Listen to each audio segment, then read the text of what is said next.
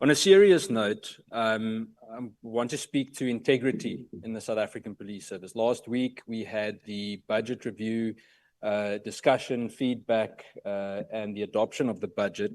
And one of the critical things that I mentioned was the integrity testing process in the South African Police Service. Now, the damning allegations made by the KZN Provincial Commissioner yesterday, Lieutenant General Nhlanhla Mkhwanazi, has placed the necessary focus on the integrity, or rather the lack thereof, in the entire criminal justice system. This is not just an indictment on the South African Police Service or parts of it, it's an indictment on the criminal justice system. If what has been said is true, it explains why the system has not been able to effectively arrest the ever-increasing criminality in the country. The allegations are not only damning to a few individuals, it indicates a whole systematic weakening of the police to enable corruption and to undermine the rule of law. The revelations paint a picture of a very weak system, a very broken system, obviously a corrupt one, corruption riddled in the entire institution of the criminal justice system, and a system that can be manipulated at the whims of a connected few, politically connected or otherwise. In terms of SAPS, it's important to emphasize that they have a constitutional mandate to ensure the safety and security for everyone within the borders of South Africa. And for this calling to be effective, it requires every single one of the men and women in blue to be beyond reproach. And unfortunately, the events of the past 2 to 3 weeks, not only what happened yesterday, indicates something else. And it, in my opinion, has proven that there really is a significant integrity deficit in many, many parts of the South African Police Service. The arrests of senior officers in the crime intelligence environment over the last few weeks for allegations of fraud and corruption, as well as yesterday's revelations, require urgent action from the president. Now, I think it's one thing that many of us can speculate and move from one side to the other, but it's very important to emphasize the role that the president has to play. I'll come back to that now. As the head of state, the president has a responsibility to implement an intensive investigation into the corruption allegations at SAPS to protect and promote the credibility of the service. The committee welcomes, and this is the police committee, the assurance of the president in his latest press release to give the matter due regard upon his return from Brazil, but has urged that this matter be priority number one.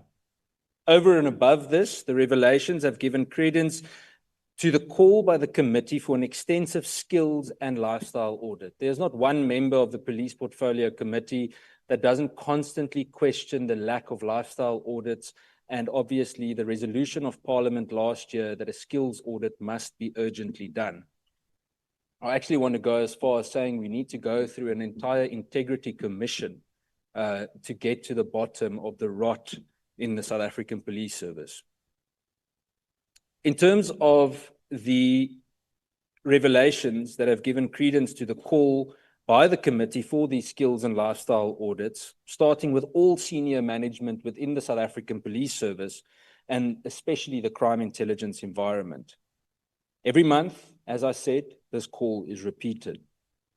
What is clear is that the accountability is necessary and obviously urgent, and that the people deserve to know and feel that the South African Police Service is made of men and women who are ready to serve in the interest of the country and not for selfish reasons. We cannot continue one more day with criminals masquerading as police officers. For its part, the committee will have to determine the need for an urgent meeting where the protagonists are called to account. The entire committee is in agreement that such a session must be held, and we have already written to the Speaker, as well as the House Chairperson, for the relevant processes to take place. I wrote to the Speaker of the National Assembly yesterday to also ask for an urgent debate on the integrity of the South African Police Service and the implications of the revelations on the credibility and standing of the South African Police Service in the fight against crime. In 2023, you would remember that the minister then, Minister Bheki Cele, stated that 5,000 police officers had been arrested since 2019, and of those, 4,000 were still employed by the South African Police Service. While these numbers might have changed now, probably increased, unfortunately, the continued erosion of integrity is advanced by the nonchalant attitude to consequence management within the South African Police Service. Words without action will allow for lip service to continue, and the lip service assurance on integrity within the South African Police Service. It is high time that both the men and women in blue with an inclination for criminality are fired from the service. Before I go through the action steps proposed, just want to name a few examples that I think are critical to mention. Over the past year, the committee has raised several big questions about corruption, about ill-considered appointments, whether in the Hawks or the South African Police Service, people that get promoted that are certainly not beyond reproach. And to this day, in the majority of cases, we never get an answer to clarify. And we have given more than enough opportunity to get clarity on many of the questions that we have asked. And one of the examples that we used over the last few weeks was quite close to here, in the Cape Flats, where at least 4 or 5 specific examples of members that were arrested for drug trafficking, for involvement of selling dockets, of transporting drugs in police vehicles in uniform, are back at the station, and they are expected to provide frontline services. How is that fair to the general public while we know of criminality in the ranks? I'll come back to that again shortly. Some of the following immediate solutions could be considered, and this is specifically with regard to the integrity challenges within the South African Police Service. The first one is an appointment of some kind of an ad hoc inquiry or commission with a clear timeline to urgently investigate the allegations. And I must emphasize with this the importance of the dockets that were mentioned yesterday by General Mkhwanazi, that those dockets or the processes regarding them should be frozen until an independent inquiry can be done. I think it is a massive risk to just leave them in the system after what we heard yesterday. The second one, is an external independent body to undertake the lifestyle audits for all senior officers from brigadier and upwards. Why do I say that? There's a massive question about vetting, security clearance, etc., in the senior ranks of the South African Police Service. Very often, 2 things are raised. We've asked questions regarding vetting. We very often hear that there's a backlog with the State Security Agency, and therefore vetting is behind. Now, I want to ask you how it's possible that appointments still get made despite that backlog. Surely we can't allow for someone to enter into a position that they haven't been cleared for and don't have the relevant security clearance if it is a critical need for them to be vetted for such. When you become a brigadier, you must have top secret security clearance. And we have it on good authority that many of them do not have top secret security clearance, despite being in those positions, and other ones that are also higher ranked too. I think another part, before I go on with the list, that I must mention with this is also the training excuse that we very often get. Very often we say, but someone isn't qualified for a specific position. The answer that we get is that they would go for a course. But how were they selected in the first place if they didn't complete the necessary courses in the first place? That begs the question. The fourth one is an independent body to undertake the vetting exercise of all senior SAPS officers. And I say this because I must be honest with you today, after what I've seen in the last month, I do not have trust in the authorities at the moment to conduct those very vetting exercises on their own. I think it is critical for some kind of an independent institution or body to play a role in that process.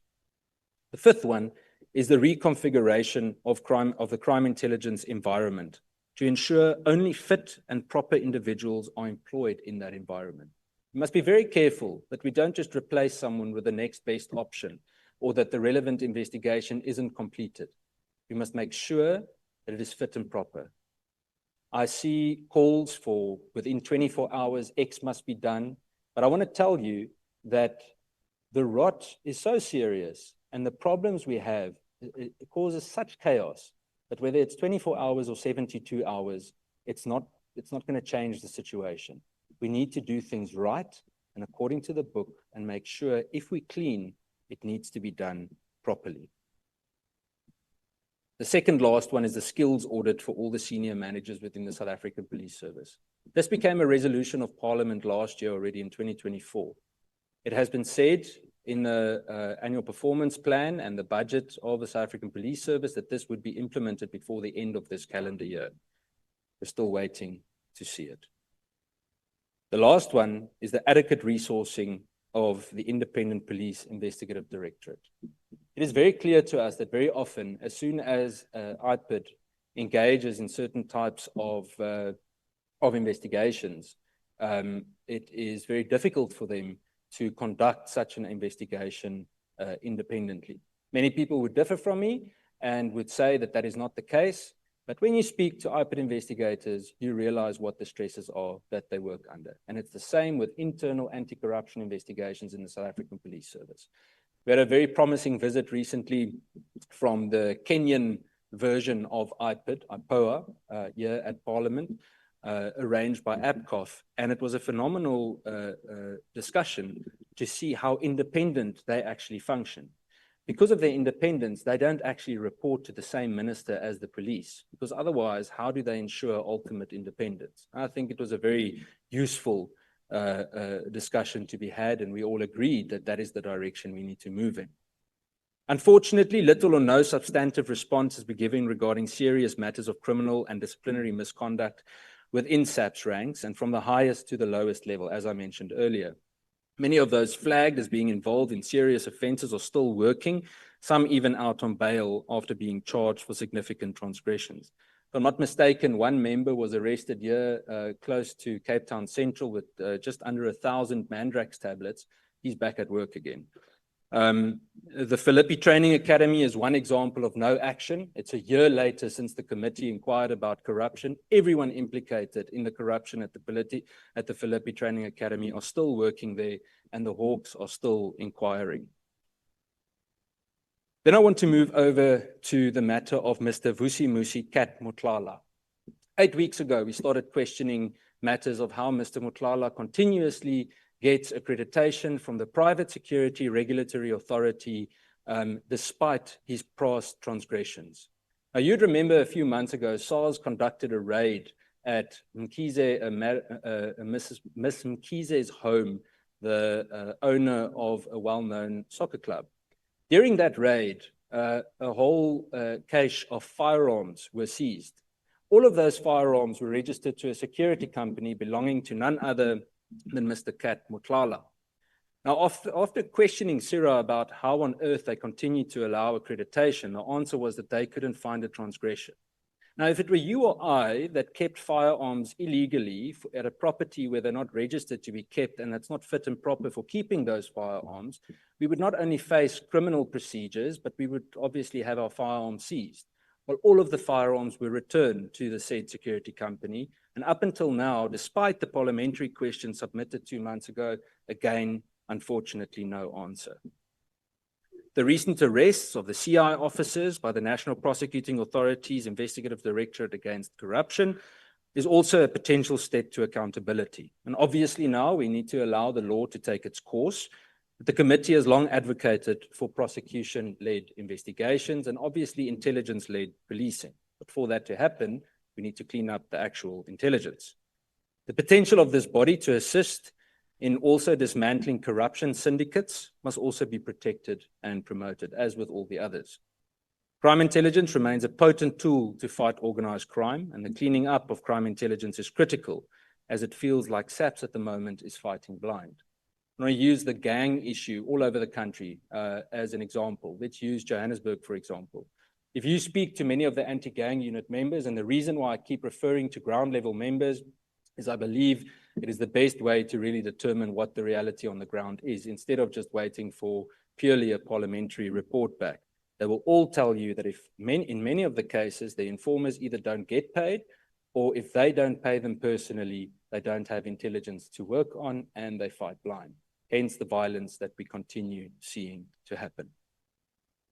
Then I want to move over to a different topic, and this is the statistics on crime against women and children that you would remember was omitted recently during the crime statistics release. South Africa is facing a serious challenge of gender-based violence and femicide. The omission by SAPS of disaggregated data on crimes against women and children, specifically regarding murder and assault with the intent to cause grievous bodily harm from the fourth quarter crime statistics of 2024-25 financial year is both concerning and totally illogical. The senior leadership of the South African Police Service has promised the committee that policing will be data-driven to ensure that adequate personnel and skills can be deployed to counter the trends. The decision to omit these disaggregated statistics undermines this pledge and puts into question the appetite to really combat the scourge that we speak about. The committee has written to the South African Police Service for reasons behind the mission and is studying the response. The committee will decide if the reasons provided are adequate or require invocation of its powers to summon the relevant officials to give evidence under oath, affirming as provided for the National Assembly rules and the powers and privileges immunity of Parliament and Provincial Legislatures Act. The omission gives credence to the criticism of the credibility of the crime stats and directly undermines the fight against gender-based violence. We will soon get detailed feedback on data integrity issues with regards to this said data. I think the latter must just be emphasized that we have received a response and it did indicate serious issues regarding data integrity and data variance on violence against women and children. So there's a massive inquiry needed just regarding that, because it's not just the last quarter's data, it is data from several other quarters too. You will notice on SAPS's website that much of the data that was previously published has since been removed for what I'm told relevant interrogation. Then the gap between arrests and convictions. Operation Shanela has been lauded by the South African Police Service as a highly effective in removing criminals from the streets. In January this year, the minister announced that over 1 million arrests have been made since the inception of this in May 2023. And while this number is laudable, the gap between arrests and convictions continue to be a major Achilles heel for the criminal justice system. We can't praise 1 million arrests if we only have less than 1 or 10% conviction of the 1 million arrests. Then we just have to arrest the same person the next week again. This means that while many individuals are apprehended for the alleged crime, a significant smaller proportion are ultimately found guilty in a court of law. While the committee acknowledges that the South African Police Service cannot combat crime alone, weaknesses within the service must be eradicated to enhance convictions. The strengthening of the detective services to ensure trial-ready dockets is critical because the current ratio of detectives to over 400 dockets is simply not sustainable. Also, the revitalization of forensic science labs to ensure that DNA evidence is produced timeously will enhance responsiveness to the entire system. But most importantly, all of the components of the JCPS cluster must be integrated to close the gap between arrests and convictions. Now, within the next 2 or 3 weeks, we have a session regarding the joint or the integrated justice system, and a lot of money has already been spent on it, and we will hopefully get feedback on what that process is. Because I can tell you now, we've continued with a siloed approach, and one department has different strategic goals than the other, we are being counterproductive. The last few matters. The committee welcomed the service enhancement initiative announced by the Minister and the National Commissioner, and it remains hopeful that the initiatives implemented or will be implemented in a reasonable time. Those are the ones that they recently announced. I think it's about 3 weeks ago. Key among the initiatives is the capacitation of both the detectives and crime intelligence units, albeit still far from the capacity needed, is a welcome intervention, as it will ensure that crime is prevented before it happens, or hopefully so, and effectively also investigated once it has occurred. The 4,000 new detectives and 300 new intelligence operatives add the necessary skills and warm bodies to increase the impact of these critical units. The committee has emphasized the call that that number must be increased over time. Also, it's important that the South African Police Service management look at the functionality of 10111. And it was positive to hear the steps towards digitization over the last week, especially through the budget process. And 10111, as we all know, have faced numerous challenges and was not providing victims with the adequate support when they desperately needed it. These centres are the lifeblood between the police and communities and should never be neglected. Portfolio Committee will soon undertake on oversight, which will include a visit to the relevant centres to ascertain. Ultimately, the South African Police Service must regain trust in communities as a way of ensuring effective interventions to combat crime. I thank you. DA at Work, rescuing South Africa.